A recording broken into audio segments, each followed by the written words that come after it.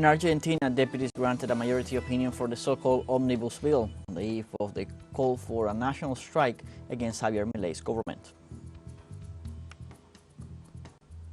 In Palestine, Israeli occupation forces continue with the killing of civilians in the framework of the 110th day of the total siege on Gaza.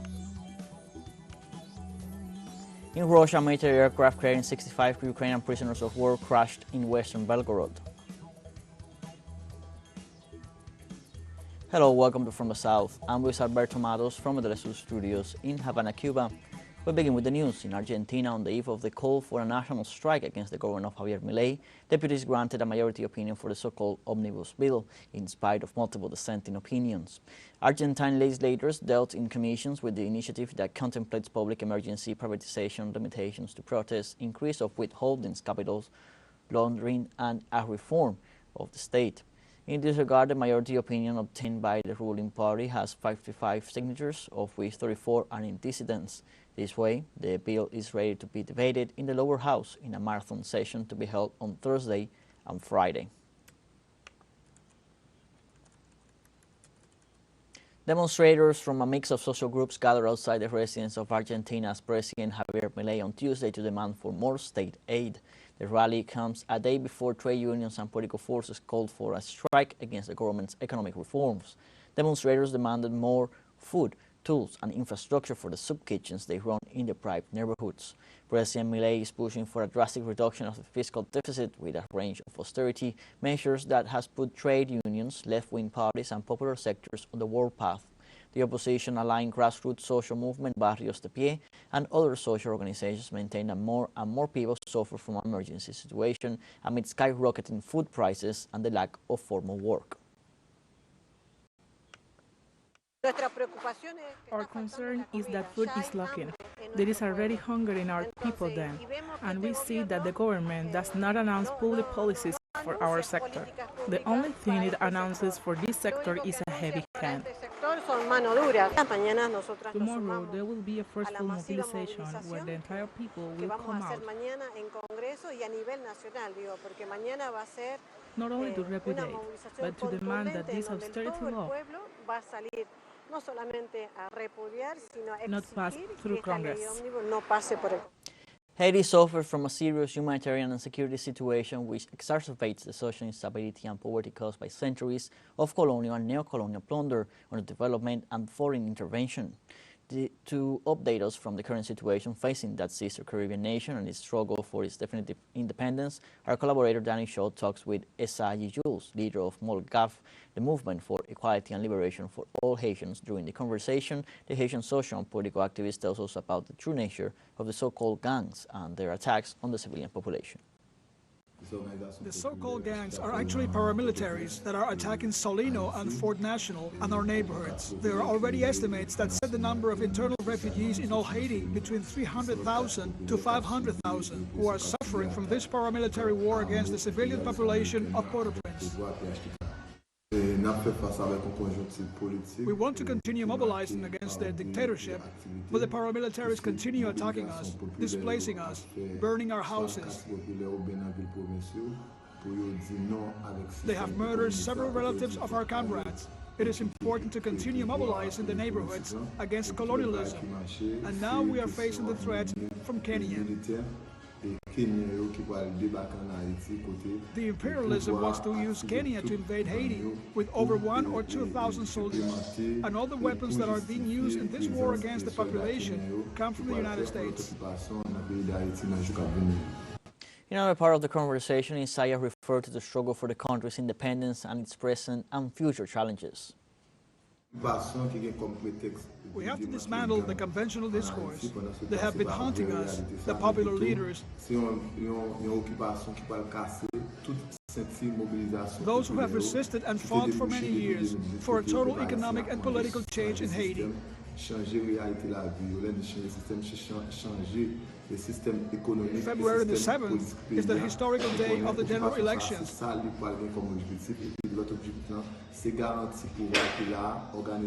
But we haven't had democratic elections since 1990 and 2001. We continue to fight for socio-economic demands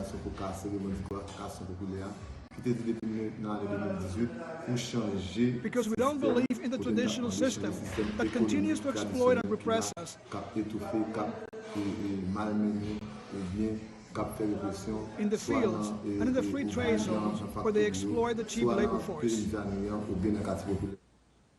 In Cuba, since last weekend and until January 28th, the 39th edition of the International Jazz Plaza 2024 Festival will entertain the nights of Havana and Santiago de Cuba, with a concert program that includes instrumentalists and singers from more than 20 countries of the Americas, Europe, and Asia.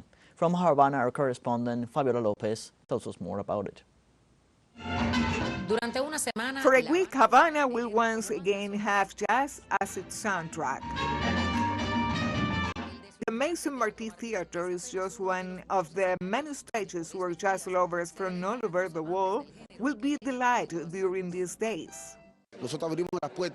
We open the doors, we want to show our culture, we want to show our identity, our Cuban culture, and that our music can be perfectly combined with jazz, just like the great master did, Chico Farril, Chano Pozo, all those great masters who opened the doors for us, Chucho Valdés, Gonzalo Rubalcaba. So I think it makes a difference. It makes a difference that we Cubans like to share what we have, little or much, what we have we shared, and that is what is needed, that is what jazz is. It is sharing as a whole. The Centenary Martí Theater is crowded. Tonight, a luxury cast is presented. The pianist and composer Arturo Farril, the string quartet Alma, the composer and music arranger Alejandro Falcón, the U.S. saxophonist, flautist, and jazz composer Ted Nash, and the trio Cuba Adentro.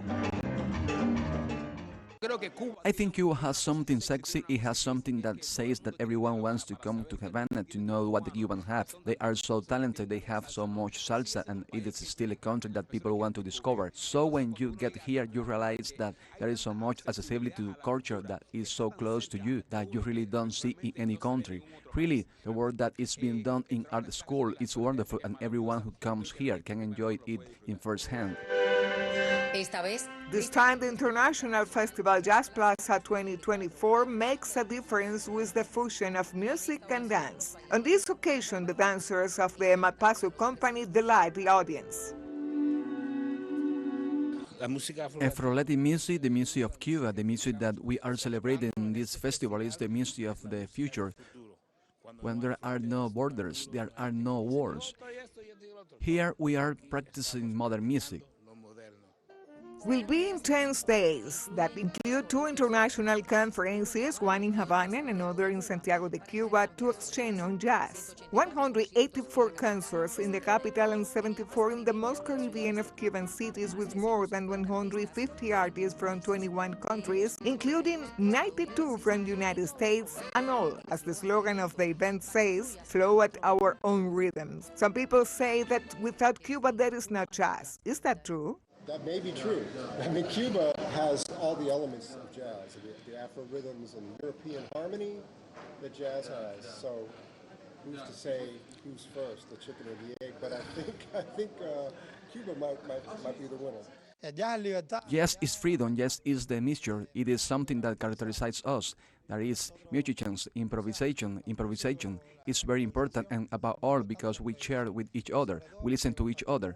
We learn from what this musician does. When we are going to play and improvise in jazz, we have to be aware of what the other is doing. It is like a great brotherhood. Jazz gives you a way that you can feel yourself in many moods, and those moods can be sent at a time like this. You can go from one state of mind to the next. All of that is right now in jazz, and you can create them in a way, and it is magic. The truth is that the next night on this island will be fantastic. According to the great musician and founder of this festival, Bobby Carcassés, Jazz Plaza has a unique feeling that captivates. Fabiola Lopez, TeleSUR, La Habana. Let's now take a short break, but remember you can join us on TikTok at TeleSUR English, where you will find news in different formats, news updates, and much more.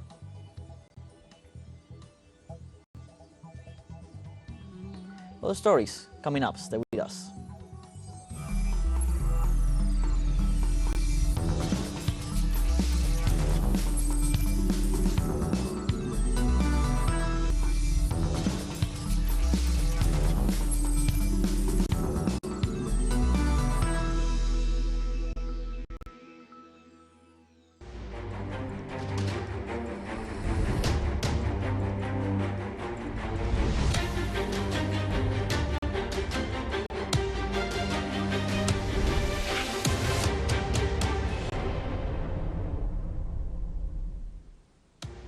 Welcome back from the south.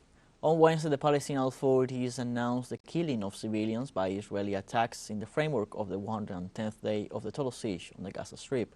In this sense, local media highlighted that thousands of Palestinians gathered in front of the morgue of Najjar Hospital in Rafah to bid farewell to the bodies of relatives killed by Israeli bombardments. On the other hand, the Palestinian Red Crescent also announced on Wednesday that 3 displaced people were killed and 2 others were wounded after Israeli warplanes attacked the vicinity of their buildings in Khan Yunis. According to medical sources, at least 50 people were killed and nearly 120 injured in the last 24 hours after Israeli airstrikes in the western areas of the city. In Palestine, at least 195 civilians were killed by the Israeli occupation forces on Tuesday in Gaza. According to the Gaza Health Ministry, these assassinations took place during 22 massacres perpetrated by troops of the Tel Aviv regime on Tuesday, most of them in the city of Khan Yunis, where the Zionist army is concentrating its offensive and is holding the 2 main hospitals in the area, Nasser and Al-Amal, under siege. According to the health authority, these acts also left 354 wounded, while warning that these figures could even be higher since numerous victims are still under the rubble. According to the latest count by the Gaza Health Ministry, more than 25,500 Palestinians have been killed by Israel since October. In Iran, Ayatollah Sayyid Ali Khamenei criticized the warm stances that Islamic countries sometimes adopt when confronting Israel. During a speech in Tehran on Tuesday, the Iranian leader said the Islamic countries should cut off the vital arteries of the Zionist regime. Khamenei remarks that these countries should cut off their political and economic relations with the Zionist regime and not help Tel Aviv. Ayatollah Khamenei also stressed that despite the inadequate actions of the officials of the Islamic countries and all the difficulties, the ultimate victory belongs to the people of Gaza. According to the Israeli Regime Security Studies Institute, Hamas is keeping Israel under a prolonged war of attrition so that the Zionist regime is far from reaching its goals.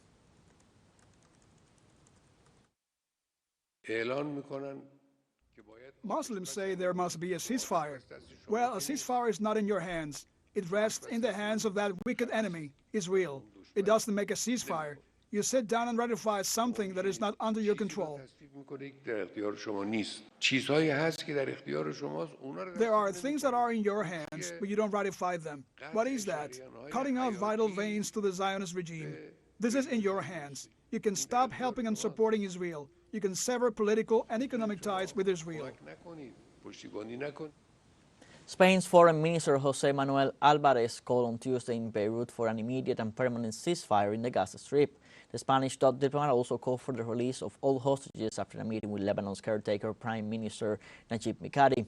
Álvarez also said Spain believed a peace plan must include the recognition and establishment of a viable Palestinian state with Gaza and the West Bank under a single authority. On the other hand, Prime Minister Mikati thanked Madrid for its constant support for Lebanon on all levels, while praising the role of the Spanish battalion operating within the United Nations Interim Force in Lebanon. The Spanish Foreign Minister arrived in Lebanon on Tuesday on an official visit.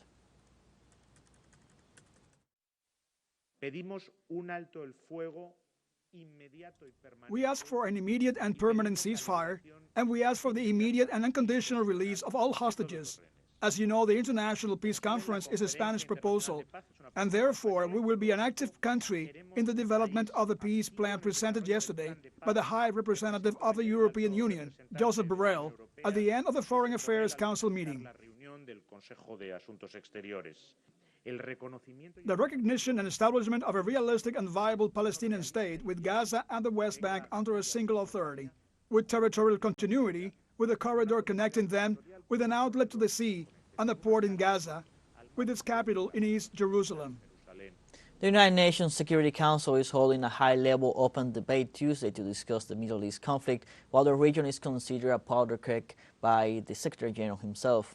The ministerial meeting brings together foreign ministers and world representatives amid the worsening situation for civilians in Gaza, hostilities over the Red Sea or West Bank, and rising tensions between Iraq and Iran.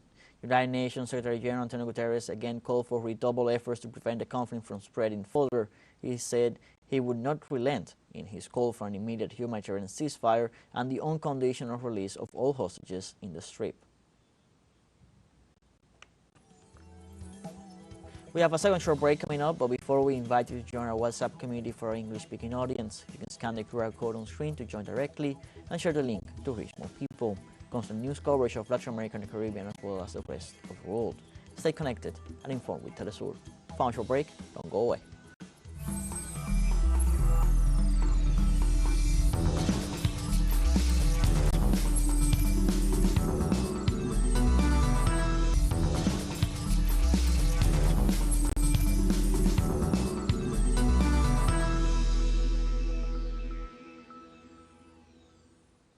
Welcome back from the south. In Russia, a military aircraft carrying 65 Ukrainian prisoners of war crashed on Wednesday in western Belgorod region. The Russian Ministry of Defense reported that on board the aircraft were 65 prisoners of war of the armed forces of Ukraine who were being transported for an exchange. 6 crew members and 3 escorts were also on board. The accident occurred in the Koroshansky district, where a commission of the Russian Aerospace Forces was sent to establish the causes of the accident. The aircraft crashed approximately 50 kilometers from the Ukrainian border and only 5 to 6 kilometers from a village where it caused no personal injury or material damage, local residents reported. The government of China on Wednesday officially resumed diplomatic ties with the Republic of Nauru after the later cut ties with Taiwan. Nauru reestablished ties with Beijing after Taiwan's election, joining the 182 countries that recognize the One China principle. Foreign Minister of Foreign Affairs Wang Yi and his Pacific Island counterpart Lionel Aingimea held a meeting in Beijing where they discussed the future of bilateral cooperation relations between the two nations. Foreign Ministry spokeswoman Mao Ning emphasized that this decision by Nauru was based on a correct choice made independently as a sovereign country. Mao also highlighted that the development of diplomatic relations and practical cooperation in various fields promise broad prospects and will bring unprecedented development opportunities for Nauru.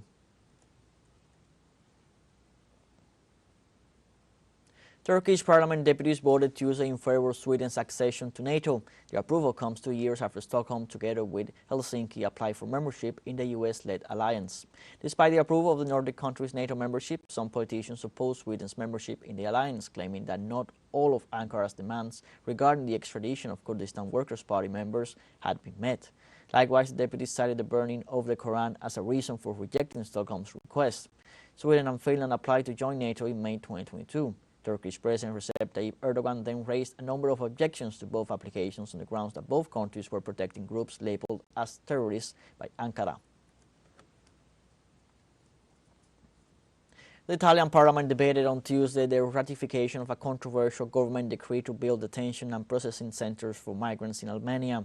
Under the 5-year agreement announced in November, Albania will host up to 36,000 migrants for a year, about 3,000 a month, among those trying to reach Italy without visas, most of them on dangerous sea crossings. Albania would house the migrants in 2 facilities, while Italy fast-tracks their asylum applications. The processing centers will be managed by Italian officials, with Albanian guards providing security around the centers.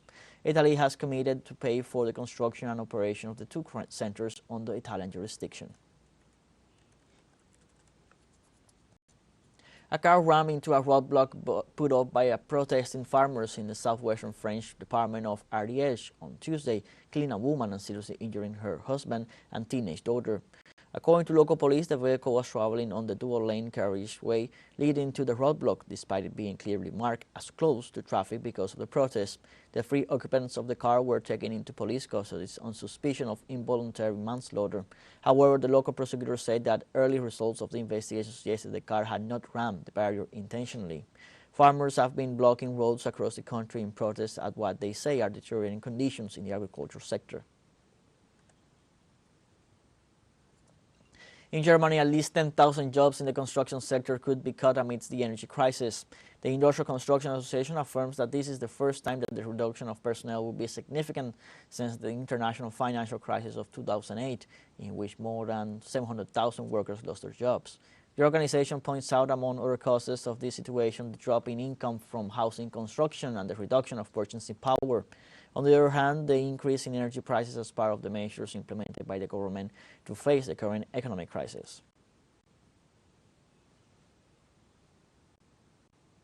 Also in Germany, citizens took to the streets in protest against the actions of the extreme right wing led by the ultra-conservative party Alternative for Germany. The news unleashed criticism and discontent among the citizens after the possible deportation of some migrants with German citizenship was revealed. Finally, local media reported that at least 100,000 people in the cities of Frankfurt, Hanover, and Dortmund mobilized in favor of democracy in the country and rejected the attacks of the far right. We have come to the end of this news brief. You can find these and many other stories on our website at telesurenglish.net. Also join us on our social media on Facebook, X, Instagram, Telegram, and TikTok. For TeleSUR English, I'm Luis Alberto Matos. Thank you for watching.